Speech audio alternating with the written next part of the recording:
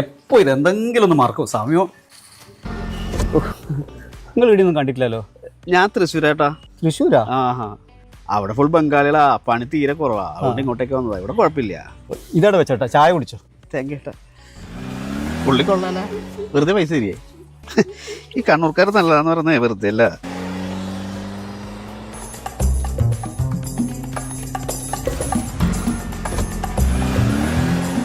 അയാൾ പോയ തക്കത്തിന് രണ്ടും കൂടി ചാടുക.